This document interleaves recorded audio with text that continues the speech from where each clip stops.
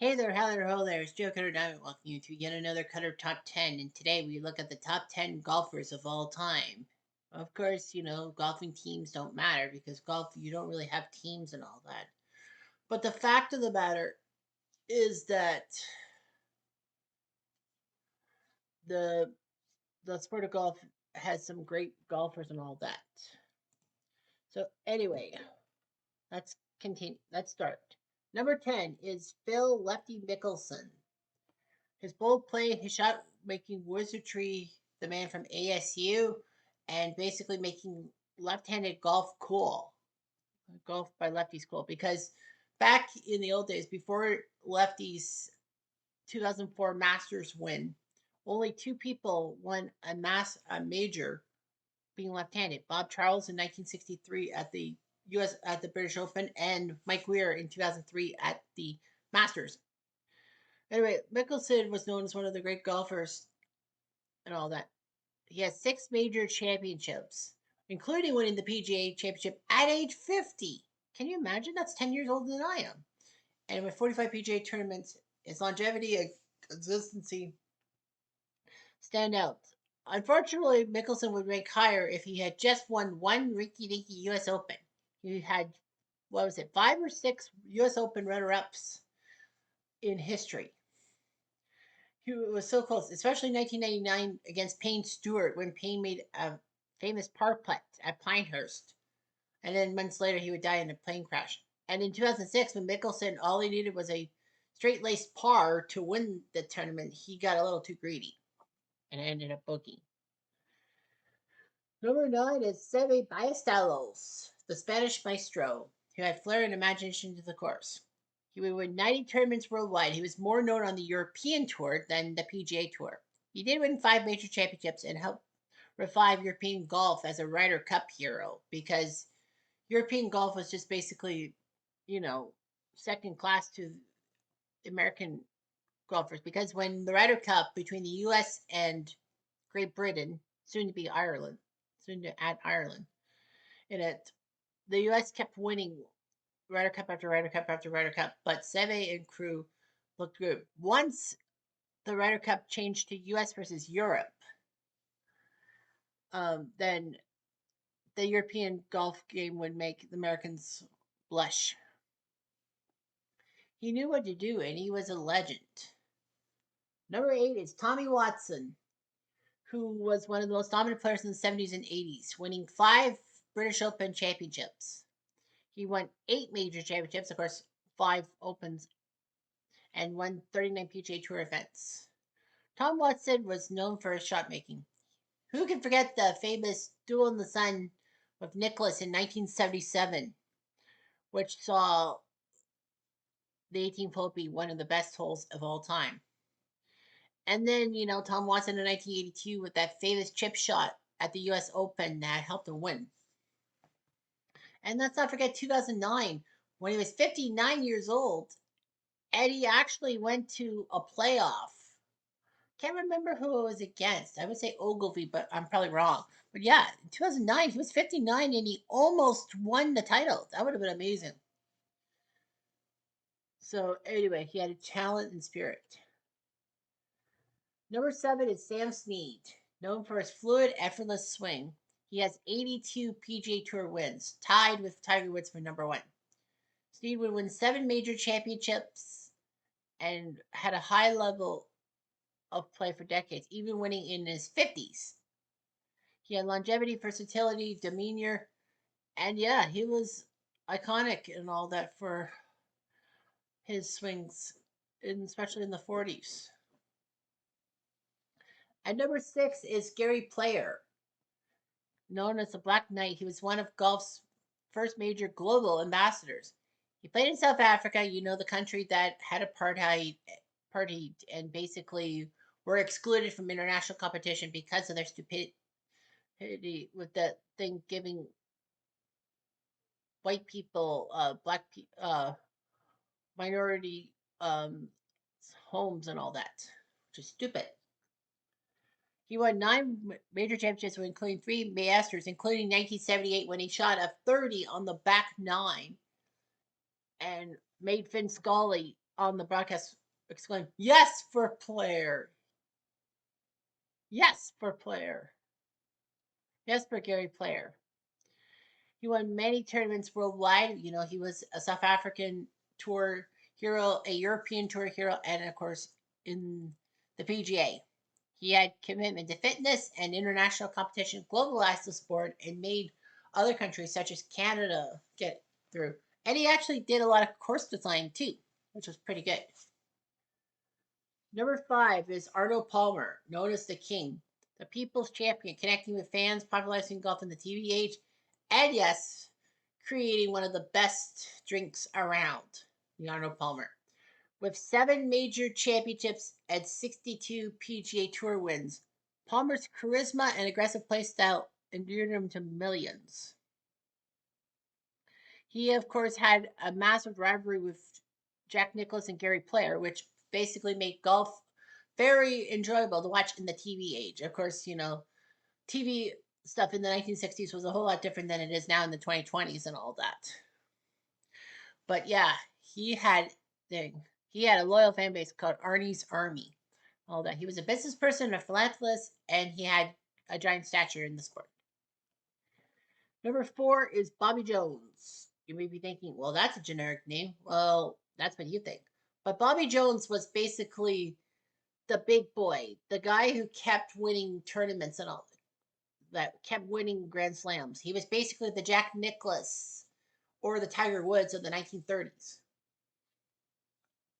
Bobby Jones was the only player to achieve the original Grand Slam, as in all 4 tournaments, all 4 majors in 1 year. Now, of course, the Grand Slam back in 1930 was a whole lot different than it is now in 2025. Not because of, you know, the different technology and all that, but mostly because back then in the 30s, the Grand Slam before the Masters was made was the US Open, the British Open, the US Amateur, and the British Amateur. Basically, the PGA Championship and the Masters were not major style tournaments, which was strange because the PGA Championship was one of the best things around. And, well, the Masters wasn't made till 1934. Bobby Jones actually co founded the Masters tournament and also the golf club where he's played, Augusta National. He had a massive legacy and all that. And he was 28 when he retired. Amazing what he could have done in like 5, 6, or even 7 years after that. I mean, Phil Mickelson won a major at 50. It would have been nice to see Bobby Jones win a title in the 50s. But anyway, yeah, Bobby Jones won the Grand Slam and all that. It was like amazing and all that. Number 3 is Ben Hogan. Sorry, I had to say it like that. Anyway, Ben Hogan is celebrated for his work ethic and near perfect swing. Hogan would win 9 major championships and win 64 PGA Tour events. He had instructional books that influenced players for decades and all that. However, it wasn't, it was a near fatal accident that brought more to Ben Hogan's lore and all that. 1949, he was in a massive car crash in Texas, and basically his hips were broken.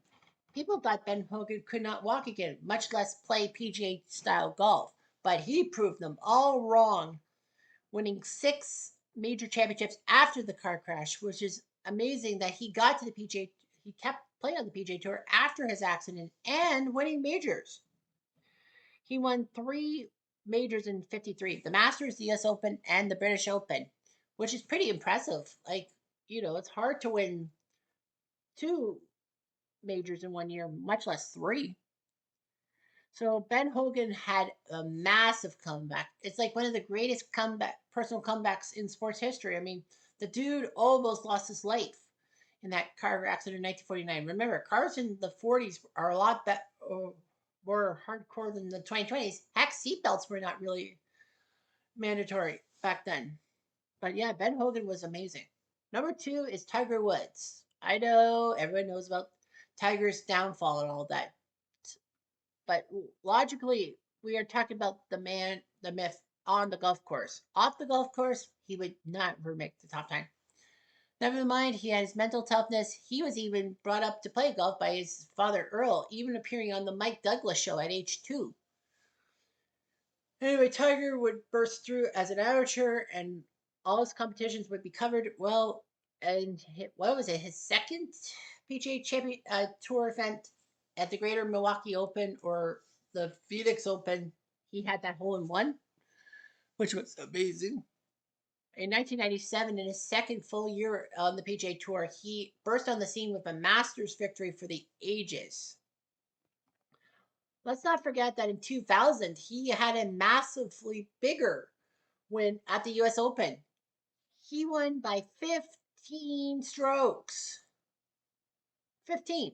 1 5. Which is like amazing. Well, he won 15 major championships. Everyone thought he was going to be chasing Jack Nicklaus's record, but unfortunately, personal problems got to him.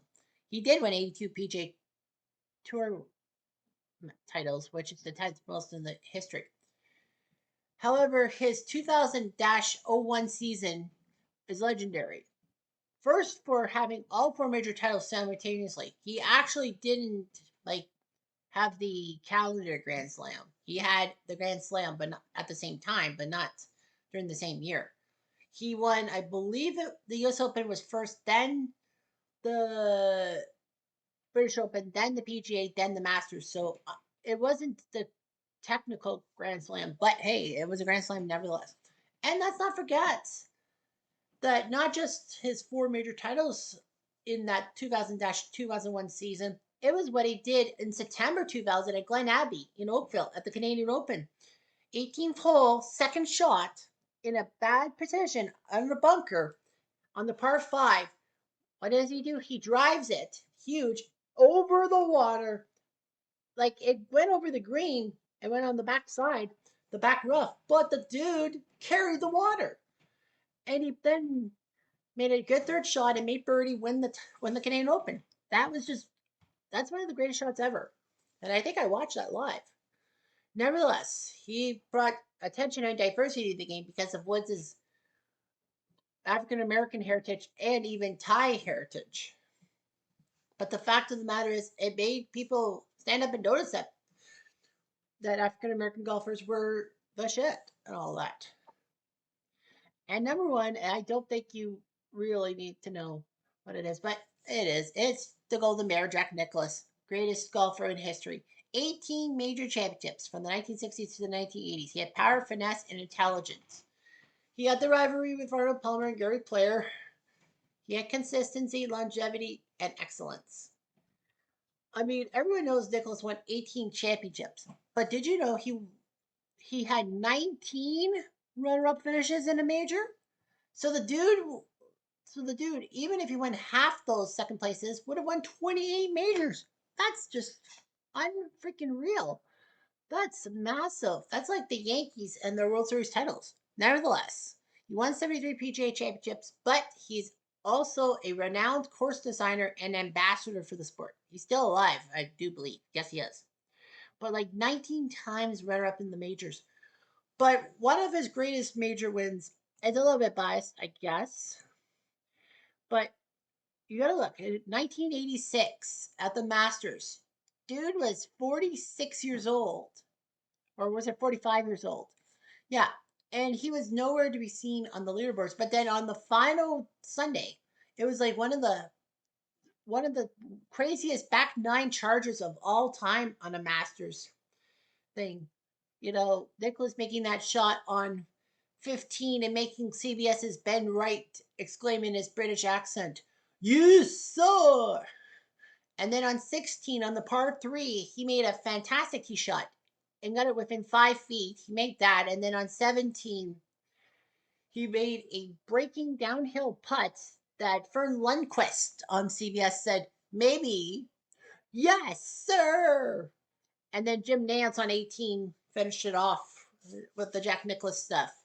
But the fact is that the guy freaking came out of nowhere in 1986 to destroy Greg Norman's chances of winning a major and winning that title. Of course, I wouldn't know much. I was only like 12 months old when that happened. But the fact of the matter is that was one of the greatest moments ever. And for age wise, I mean, like the dude was in his mid 40s and he still won the biggest tournament ever, the Masters. That's just amazing.